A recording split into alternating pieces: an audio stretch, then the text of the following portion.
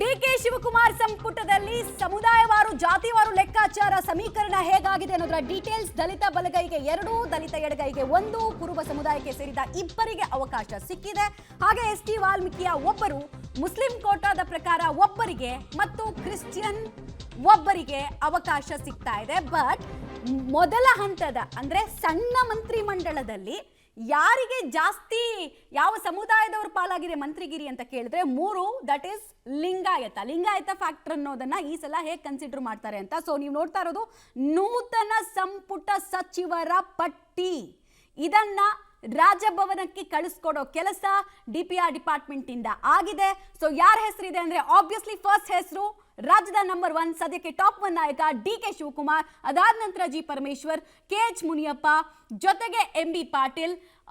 ಅನಂತರ ನಾವು ನೋಡ್ತಾ ಇರುವಂತಹ ಹೆಸರು ರಾಮಲಿಂಗಾರೆಡ್ಡಿ ಅವರ ಹೆಸರನ್ನ ಗಮನಿಸ್ತಾ ಇದೀವಿ. ನಾವು ಸತೀಶ್ ಜಾರಕಿಹೊಳಿ ಅವರ ಹೆಸರನ್ನ ಕೂಡ ಗಮನಿಸ್ತಾ ಇದೀವಿ. ಇದೆಲ್ಲವೂ ಕೂಡ ಯಾರು ಕ್ಯಾಬಿನೆಟ್ ಬರ್ತ್ ನಲ್ಲಿ ಅವಕಾಶವನ್ನ ಗಿಟ್ಟಿಸಿಕೊಳ್ತಾ ಇದ್ದಾರೆ. ಫೈನಲಿ ಅದೃಷ್ಟವಂತ ಸಚಿವರು ಯಾರು ಅನ್ನೋದಕ್ಕೆ ಉತ್ತರ ಪ್ರಿಯಾಂಕ್ ಖರ್ಗೆ ಅವರ ಹೆಸರನ್ನ ಕೂಡ ನೋಡ್ತಾ ಇದ್ದಾರೆ. ಈ ಎಲ್ಲಾ ಹೆಸರನ್ನ ಲಾಸ್ಟ್ 3 ಡೇಸ್ ನಿಂದ ಫಸ್ಟ್ ಸುದ್ದಿಯನ್ನ ಬ್ರೇಕ್ ಮಾಡಿದೆ ನಿಮ್ಮ ಪಬ್ಲಿಕ್ ಟಿವಿ. ಎಕ್ಸ್ಕ್ಲೂಸಿವ್ ಡೀಟೇಲ್ಸ್ ಅನ್ನ ಕೊಡ್ತು. ಕೃಷ್ಣ ಬೈರೇಗೌಡರ ಹೆಸರು ಕೂಡ ಪಟ್ಟಿಯಲ್ಲಿ ಇರೋದು ಕನ್ಫರ್ಮ್ ಆಗ್ತಾ ಇದೆ. ಫಾರ್ಮುಲಾ, ಜಾತಿ ಸಮೀಕರಣ, ಪ್ರಾದೇಶಿಕವಾರು ಬ್ಯಾಲೆನ್ಸ್ ಎಲ್ಲದರ ಬಗ್ಗೆ ಮಾಹಿತಿ ಕೊಡ್ತಾ ಇದೀವಿ. ಕಾಂಗ್ರೆಸ್ನ ಹಿರಿಯ ಮುತ್ಸದಿ ಆಗಿರ್ತಕ್ಕಂಥ KH ಮುನಿಯಪ್ಪನವರು ನಮ್ಮ ಜೊತೆಗಿದ್ದಾರೆ. ಸರ್, ಸಚಿವ ಸ್ಥಾನಕ್ಕೆ ಏನಾದರೂ ಕರೆ ಬಂದಿತ್ತೆ ಸರ್ DK ಶಿವಕುಮಾರ್ ಅವರಿಂದ? ಎಲ್ಲ 12 ಗಂಟೆ ಮೇಲೆ ಪ್ರಕ್ರಿಯೆ ಶುರುವಾಗ್ತದೆ. ಹೈಕಮಾಂಡ್ ಏನು ತೀರ್ಮಾನ ಮಾಡ್ತಾರೋ ಅದಕ್ಕೆ ಬದ್ಧವಾಗಿರ್ತೀವಿ. ಈಗಾಗಲೇ ತಮ್ಮ ಮಗಳಿಗೆ ಸಚಿವ ಸ್ಥಾನ ಕೊಡಬೇಕು ಅನ್ನೋ ಪ್ರಕ್ರಿಯೆಗಳು ನಡೀತಾ ಇದೆ. ಸಂತೋಷವಾಗಿ ಆಗ್ಬೋದು, ಅದನ್ನು ಬೇಡ ಅಂತ ಯಾರು ಹೇಳ್ತಾರೆ? ನಾವೇ MLA ಮಾಡಿ ಬೆಳೆಸಿರೋರು, ಅವ್ರಿಗೆ ಕೊಟ್ಟರೆ ಯಾರಾದರೂ ಬೇಡ ಅಂತ ಹೇಳ್ತಾರ?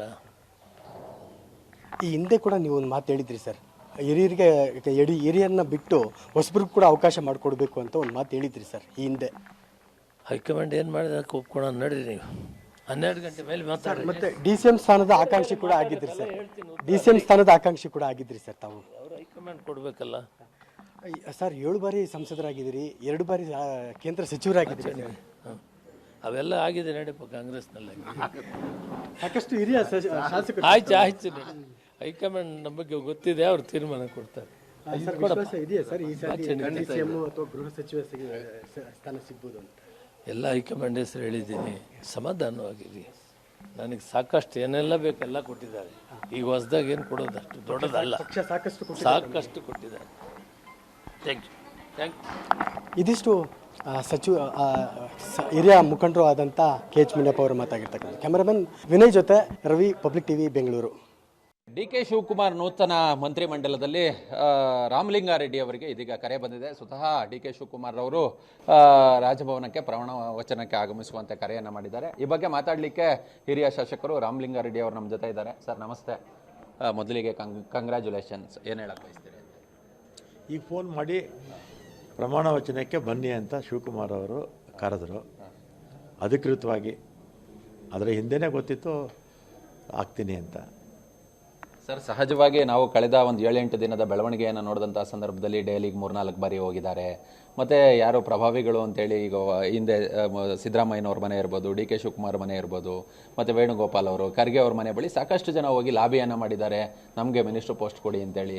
ರಾಮಲಿಂಗಾರೆಡ್ಡಿ ಅವರು ಎಲ್ಲೂ ಹೋಗಿಲ್ಲ. ಬೆಳಗ್ಗೆ ಎದ್ದರೆ ಕಚೇರಿಗೆ ಬರ್ತಾರೆ, ಕಚೇರಿಗೆ ಬಂದು ಜನರ ಅಹವಾಲನ್ನು ಸ್ವೀಕರಿಸೋ ಕೆಲಸವನ್ನು ಮಾಡ್ತಾರೆ. ಅನಾಯಾಸವಾಗಿ ಒಲ್ದು ಬಂತ ಅಂತೇಳಿ ತಮ್ಮ ಹಿರಿತನಕ್ಕೆ ಗೌರವವನ್ನು ಕೊಟ್ಟು. ಮೊದಲನೇ ಸಲ 93ರಲ್ಲಿ ಮಿನಿಸ್ಟರ್ ಆಗಿದ್ದು. ಅದಾದಮೇಲೆ SM ಕೃಷ್ಣ ಅವರ ಮಂತ್ರಿಮಂಡಲದಲ್ಲಿ, ಧರ್ಮಸಿಂಗ್ ಅವ್ರ ಮಂತ್ರಿಮಂಡಲ, ಹಾಗೆ ಸಿದ್ದರಾಮಯ್ಯನವರ ಮಂತ್ರಿಮಂಡಲ, ಹೋದ್ಸಲಿನೂ ಅವ್ರ ಮಂತ್ರಿಮಂಡಲ. ಈಗಲೂ ಕೂಡ ಏನು ಲಾಬಿ ಏನು ಮಾಡಿಲ್ಲ. ಸಹಜವಾಗಿ ನಮ್ಮ ಸೀನಿಯಾರಿಟಿಗೆ ತಕ್ಕನಾಗೆ ಕೊಟ್ಟಿದ್ದಾರೆ. ಮತ್ತೆಲ್ಲ ಹೋದ್ಸಲಿ ಪೋರ್ಟ್ಫೋಲಿಯೋ ನನ್ನ ಸೀನಿಯಾರಿಟಿಗೆ ತಕ್ಕನಾದ ಕೊಟ್ಟಿಲ್ಲ ಅಂತ ಸ್ವಲ್ಪ ಬೇಸರ ಇತ್ತು. ಈ ಸಲ ಸರ್ವ್ ಮಾಡ್ತೀನಿ ಅಂತ ಹೇಳಿದ್ದಾರೆ ಅಷ್ಟೇ. ನಾನೇನು ಇಂಥ ಖಾತೆ ಅಂತೇನು ಕೇಳಿಲ್ಲ. ಆದರೆ ನನ್ನ ಸೀನಿಯಾರಿಟಿಗೆ ತಕ್ಕನಾಗ ಯಾವುದನ್ನ ಕೊಡಿ ಅಂತ ಹೇಳಿದ್ದೀನಿ. ಅದನ್ನೇ ಕೇಳಕ್ಕೆ ಬಂದೆ ಸರ್. ನನಗೆ ಸ್ವತಃ ಮುಖ್ಯಮಂತ್ರಿ ಆಗುವಂಥವರು DK ಶಿವಕುಮಾರ್ ಅವರೇ ಕರೆ ಮಾಡಿ ಇವತ್ತು ನನಗೆ ತಿಳಿಸಿದ್ದಾರೆ.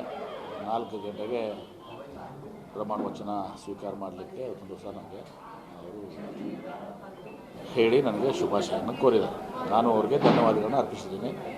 ಈ ಮೂಲಕ ನಾನು ಶ್ರೀಮತಿ ಸೋನಿಯಾ ಗಾಂಧಿ ಅವರಿಗೆ, AICC ಅಧ್ಯಕ್ಷ ಅಂತ ಮಲ್ಲಿಕಾರ್ಜುನ್ ಖರ್ಗೆ ಅವರಿಗೆ, ನಮ್ಮ ವಿರೋಧ ಪಕ್ಷದ ಲೋಕಸಭೆ ನಾಯಕರಂತ ರಾಹುಲ್ ಗಾಂಧಿ ಅವರಿಗೆ, ಹಾಗೂ ನಮ್ಮ ಹಿರಿಯ ನಾಯಕರಂತ ಶ್ರೀ ಸಿದ್ದರಾಮಯ್ಯನವರಿಗೆ, ಮಾಜಿ ಮುಖ್ಯಮಂತ್ರಿಗಳು ಹಾಗೂ ನೋಡಿ, ಇಲ್ಲಿವರೆಗೂ ಯಾವುದೂ ಅಧಿಕೃತವಾಗಿ ಮಾಹಿತಿ ಬಂದಿಲ್ಲ. ಬಂದ ಮೇಲೆ ನಾವು ಏನಾದರೂ ಅದ್ರ ಬಗ್ಗೆ ಕಮೆಂಟ್ ಮಾಡ್ಬೋದು. ಸೊ ಸದ್ಯಕ್ಕೆ ನೀವು ಹೇಳ್ತಾ ಇರೋಂಗೆ ಒಂದು ಸಂಭಾವಿತರ ಪಟ್ಟಿ ಬರ್ತಾ ಇದೆ, ಅದು ಮೀಡಿಯಾನಲ್ಲಿರೋದು ಸದ್ಯಕ್ಕೆ. ನೋಡೋಣ, ಅದು ಇನ್ನೂ ಒಂದು ತಾಸಿನಲ್ಲಿ ರಾಜಭವನಿಗೆ ತಿಳಿಸ್ತಾರೆ. ನೋಡಿ, ನಾವು ಸಲಹೆ ಕೊಡೋದಲ್ಲ, ಹೈಕಮಾಂಡ್ ಅವ್ರ ನಿರೀಕ್ಷೆ ಏನಿದೆ, ಯುವಕರಿಗೆ ಆದ್ಯತೆ ಇರಬೇಕು, ಮತ್ತು ಅದ್ರ ಜೊತೆಗೆ ಏನು ನಮ್ಮ ಹತ್ರ ಆಳವಾದಂಥ ಅನುಭವಸ್ಥರಿದ್ದಾರೆ ಅವ್ರಿಗೆ ಕೂಡ ಅವಕಾಶ ಮಾಡಿ ಒಂದು ಒಳ್ಳೆ ಆಡಳಿತ ಕೊಡಬೇಕು ಅಂತ ಹೈಕಮಾಂಡ್ ಅವರ ನಿರೀಕ್ಷೆ ಮಾಡ್ತಾ ಇದ್ದಾರೆ. ಮತ್ತು ಮಾನ್ಯ ಏನು ಭಾವಿ ಮುಖ್ಯಮಂತ್ರಿಗಳಾಗಬೇಕಾದಂಥ ನಮ್ಮ DK ಶಿವಕುಮಾರ್ ಅವರು ಸಾಹೇಬರು ಕೂಡ ಒಂದು ಸ್ಟೇಟ್ಮೆಂಟನ್ನು ಕೊಟ್ಟಿದ್ದಾರೆ. ಏನು ಒಂದು ಯುವ ಕರ್ನಾಟಕವನ್ನು ನಾವು ಕಟ್ಟಬೇಕು. ಸೊ ಯುವಕರಿಗೋಸ್ಕರ ಹೆಚ್ಚಿನ ಆದ್ಯತೆಗಳು, ಉದ್ಯೋಗ ಅವಕಾಶಗಳು, ಬಂಡವಾಳದ ಅವಕಾಶಗಳನ್ನು ನಾವು ಕಲ್ಪಿಸಬೇಕು. ರೈತರಿಗೆ ಒಳ್ಳೆಯದಾಗಬೇಕು, ಒಂದು ನವ ಕರ್ನಾಟಕದ ನಿರ್ಮಾಣ ಆಗಬೇಕು, ಯುಗ ಪ್ರಾರಂಭ ಆಗುತ್ತೆ ಅಂತ ಏನು ನಮ್ಮ DK ಶಿವಕುಮಾರ್ ಅವರ ಸಂಕಲ್ಪ ಇದೆ. ಅದನ್ನು ಯಾವ ರೀತಿ ಯಾರ್ಯಾರು ಇರಬೇಕು, ಅದನ್ನು ಆ ಸಂಕಲ್ಪವನ್ನು, ಕನಸನ್ನು ನನಸು ಮಾಡಲಿಕ್ಕೆ ಅಂತ ತೀರ್ಮಾನ ಮಾಡ್ತಾರೆ. ನೋಡಿ, ನಾನು ಅದೇ ಹೇಳ್ತಾ ಇದ್ದೀನಿ, ಇವಾಗಿಂದಲ್ಲ, ನಾನು 1 ತಿಂಗಳಿಂದ ಹೇಳ್ತಾ ಇದ್ದೀನಿ. ಇದೆಲ್ಲ ಬರೀ ಮಾಧ್ಯಮದಲ್ಲಿ. ಯಾವಾಗ ಹೈಕಮಾಂಡ್ ಅವ್ರು ತೀರ್ಮಾನ ಮಾಡಬೇಕು. ಇಂದು DK ಶಿವಕುಮಾರ್ ಅವರು ನೂತನ ಮುಖ್ಯಮಂತ್ರಿಯಾಗಿ ಪ್ರಮಾಣವಚನ ಸ್ವೀಕಾರ ಮಾಡ್ತಾ ಇರೋದು. ಅವರ ಜೊತೆಯಲ್ಲಿ 13 ಸಚಿವರು ಕೂಡ ಪ್ರಮಾಣವಚನ ಸ್ವೀಕಾರ ಮಾಡ್ತಾರೆ. ಅದರಲ್ಲಿ ಹಿರಿಯ ನಾಯಕರಾಗಿರುವಂಥ ಶರಣ್ ಪ್ರಕಾಶ್ ಪಾಟೀಲ್ ಅವರು ಕೂಡ ಇವತ್ತು ಪ್ರಮಾಣವಚನ ಸ್ವೀಕಾರ ಮಾಡ್ತಾರೆ. ನಮ್ಮ ಜೊತೆ ಅವರು ಇದ್ದಾರೆ, ಅವರನ್ನು ಮಾತಾಡ್ಸೋಣ. ಸರ್, ಇವಾಗ ನಿಮಗೆ DK ಶಿವಕುಮಾರ್ ಅವರು ಫೋನ್ ಮಾಡಿದರು, ಸಚಿವರಾಗಿ ನನ್ನ ಸಂಪುಟದಲ್ಲಿ ಇರಿ ಅಂತೇಳಿ ಹೇಳಿದ್ದಾರೆ. ಈಗ ಏನನ್ಸುತ್ತೆ ಸರ್, ಎಷ್ಟು ಖುಷಿ ಇದೆ? ಅಲ್ಲ, ಖಂಡಿತವಾಗಿಯೂ ನನಗೆ ಪಕ್ಷದ ವರಿಷ್ಠರು ಮತ್ತು ಮಾನ್ಯ ಮುಖ್ಯಮಂತ್ರಿಗಳು ಆಗ್ತಾ ಇರ್ತಕ್ಕಂಥ ನಮ್ಮ DK ಶಿವಕುಮಾರ್ಜಿಯವರು ಒಂದು ಅವಕಾಶವನ್ನು ಕೊಟ್ಟಿದ್ದಾರೆ. ಫೋನ್ ಮಾಡಿದರು ನನಗೆ, ನಾನು ಸರ್ಕಾರದಲ್ಲಿ ಸಚಿವರಾಗಿ ಪ್ರಮಾಣ ವಚನ ಸ್ವೀಕಾರ ಮಾಡಬೇಕು ನನ್ನ ಜೊತೆ ಅಂತ ಅವರು ನನಗೆ ಆಹ್ವಾನವನ್ನು ಕೊಟ್ಟಿದ್ದಾರೆ. ನಾನು ಕೂಡ ಖುಷಿಯಿಂದ ಒಪ್ಕೊಂಡಿದ್ದೀನಿ ಮತ್ತು ಪ್ರಮಾಣ ವಚನ ಸ್ವೀಕಾರ ಮಾಡಲಿಕ್ಕೆ ಹೋಗ್ತಾ ಇದ್ದೀನಿ. ಈ ಹಿಂದೆ ಅನುಭವಿಯಾದಂಥ ಸಿದ್ದರಾಮಯ್ಯ ಅವರ ಸಚಿವ ಸಂಪುಟದಲ್ಲಿ 2 ಬಾರಿ ಇದ್ರಿ. ಅಂದರೆ ಲಾಸ್ಟ್ ಬಾರಿ ಸಿದ್ದರಾಮಯ್ಯ ಅವರು ಮುಖ್ಯಮಂತ್ರಿ ಆದಾಗಲಾಗಿರ್ಬೋದು, ಈ ಬಾರಿ ಆದಾಗ. ಈಗ DK ಶಿವಕುಮಾರ್ ಅವರ ಸಂಪುಟದಲ್ಲಿ ಇರ್ತಾ ಇದ್ದೀರಿ, ಏನು ಅನಿಸ್ತಾ ಇದೆ ಈಗ? ನೋಡಿ, ಹಿಂದೆ ಆದರೂ ಕೂಡ ಹಿಂದಿನ ಮುಖ್ಯಮಂತ್ರಿಗಳಾಗಿರ್ತಕ್ಕಂಥ ಸಿದ್ದರಾಮಯ್ಯನವರು ಕೂಡ ಅವರ ಸಂಪುಟದಲ್ಲಿ 8 ವರ್ಷ ಅವರು ಮುಖ್ಯಮಂತ್ರಿ ಆದರೂ 8 ವರ್ಷ ನಾನು ಸಚಿವನಾಗಿ ಕೆಲಸ ಮಾಡಿದ್ದೀನಿ. ಅವರು ಕೂಡ ಭಾಳ ಉತ್ತಮ ರೀತಿಯಲ್ಲಿ ಕೆಲಸ ಮಾಡಿದ್ದಾರೆ ಮತ್ತು ಮಂತ್ರಿಗಳಿಗೆ ಸಂಪೂರ್ಣ ಸ್ವಾತಂತ್ರ್ಯವನ್ನು ಕೊಡ್ತಕ್ಕಂಥದ್ದು ಮಾಡಿದರು. ನನಗೆ ಭಾಳ ಒಳ್ಳೆಯ ಅನುಭವ ಕೂಡ ಸಿಕ್ಕಿದೆ. ನಮಗೆ ಒಳ್ಳೆಯ ರೀತಿಯಿಂದ ಗೈಡು ಕೂಡ ಮಾಡಿದ್ದಾರೆ. ಹಾಗಾಗಿ DK ಶಿವಕುಮಾರ್ ಅವರಿಗೂ ಕೂಡ ಅಪಾರವಾಗಿರ್ತಕ್ಕಂಥ ಅನುಭವ ಇದೆ. ಅವರಿಗೂ ಕೂಡ ಎಷ್ಟು ಖುಷಿ ಇದೆ? ಖುಷಿ ಆಗುತ್ತೆ, ನಿಜಕ್ಕೂ ಖುಷಿ ಇದೆ. ಜವಾಬ್ದಾರಿ ಇದೆ ಖುಷಿ ಜೊತೆಗೆ. ಅವರಿಗೆ ಇನ್ನೂ ಹೆಚ್ಚಿನ ಕೆಲಸ ಬರ್ತಾ ಇದೆ. ಅವರಿಗೆ ಅವ್ರ ಮೇಲೆ ಪಕ್ಷ ಜಾಸ್ತಿ ವಿಶ್ವಾಸ ಪಟ್ಟಿದೆ. ಹಾಗಾಗಿ ಮತ್ತೊಂದು ಬಾರಿ ಅವರಿಗೆ ಅವಕಾಶ ಕೊಟ್ಟಿದ್ದಾರೆ. ಸೊ ಖುಷಿ ಆಗ್ತಾ ಇದೆ. ನೀವು ವೃತ್ತಿಯಲ್ಲಿ ವೈದ್ಯಕೀಯ ಶಿಕ್ಷಣ ಸಚಿವರಾಗಿ ಕೆಲಸವನ್ನು ನಿರ್ವಹಿಸಿದ್ದಾರೆ. ಈಗ ನಿಮಗೆ ಯಾವ ಖಾತೆ ಬೇಕು ಅಂತ ಅನಿಸುತ್ತೆ? ಈಗ ಅವ್ರ ಕೇಪಬಿಲಿಟಿ, ಅವರು ಯಾವುದನ್ನು ಸಮರ್ಥವಾಗಿ ನಿರ್ವಹಿಸ್ತಾರೆ, ಬೇರೆ ಖಾತೆನೋ ಅಂತ ಅನಿಸುತ್ತೆ ನಿಮಗೆ? ಇದ್ರ ಬಗ್ಗೆ ನಂದು ಒಪಿನಿಯನ್ ಏನಿಲ್ಲ. ಪಕ್ಷದವ್ರು ಏನು ನಿರ್ಧಾರ ಮಾಡಿ ಕೊಟ್ಟರೆನೂ ನಮಗೆ ನಡೀತದೆ. ಐ ಥಿಂಕ್ ಸಾಹೇಬರು ಕೂಡ ಅದೇ ದಾರಿಯಲ್ಲಿ ವಿಚಾರ ಮಾಡ್ತಾರೆ. ಯಾವಾಗಲೂ ಎಜುಕೇಷನ್ ಇದರಲ್ಲೇ ಅವರು ಸಚಿವರಾಗಿ ಕೆಲಸ ಮಾಡಿದಂಥವ್ರು. ಬೇರೆ ಯಾವುದಾದ್ರೂ ಲೈಕ್ ಗೃಹ ಸಚಿವರಾಗಿರ್ಬೋದು ಅಥವಾ ಬೇರೆ ಖಾತೆಗಳು, ಅದು ಅವ್ರಿಗೆ ಯಾವುದು ಒಲವಿದೆ ಅಂತ ಅದ್ರ ಬಗ್ಗೆ? ಯಾಕಂದರೆ ನೀವು ತುಂಬ ಹತ್ತಿರದಿಂದ ನೋಡಿರ್ತೀರ, ಈ ಖಾತೆ ಕೊಟ್ಟಿದ್ರೆ ನಾನು ನಿರ್ವಹಣೆ ಮಾಡ್ತಿದ್ದೆ ಅಂತ ಯಾವತ್ತಾದರೂ ಹೇಳ್ಕೊಂಡಿರೋಂಥದ್ದು ಆ ರೀತಿ ಏನಾಗಿದೆ? ಸಿನ್ಸಿಯರ್ಲಿ ಹೇಳಬೇಕಂದ್ರೆ ಅಂಥದ್ದೇನು ಡಿಸ್ಕಷನ್ ಆಗೋದೇ ಇಲ್ಲ ನಮ್ಮ ಫ್ಯಾಮಿಲಿಲಿ. ಸಾಹೇಬರು ಅವ್ರು ಮಾಡಿರೋ ಕೆಲಸದ ಬಗ್ಗೆನೂ ಕೂಡ ಜಾಸ್ತಿ ಹೇಳಿರೋದೇ ಇಲ್ಲ. ನಾನು ಪೇಪರಲ್ಲಿ ಬಂದಾಗ ನೋಡಿರ್ತೀನಿ, ಇಲ್ಲ ಯಾರೋ ಜನ ಬಂದಾಗ ಹೇಳಿರ್ತಾರೆ.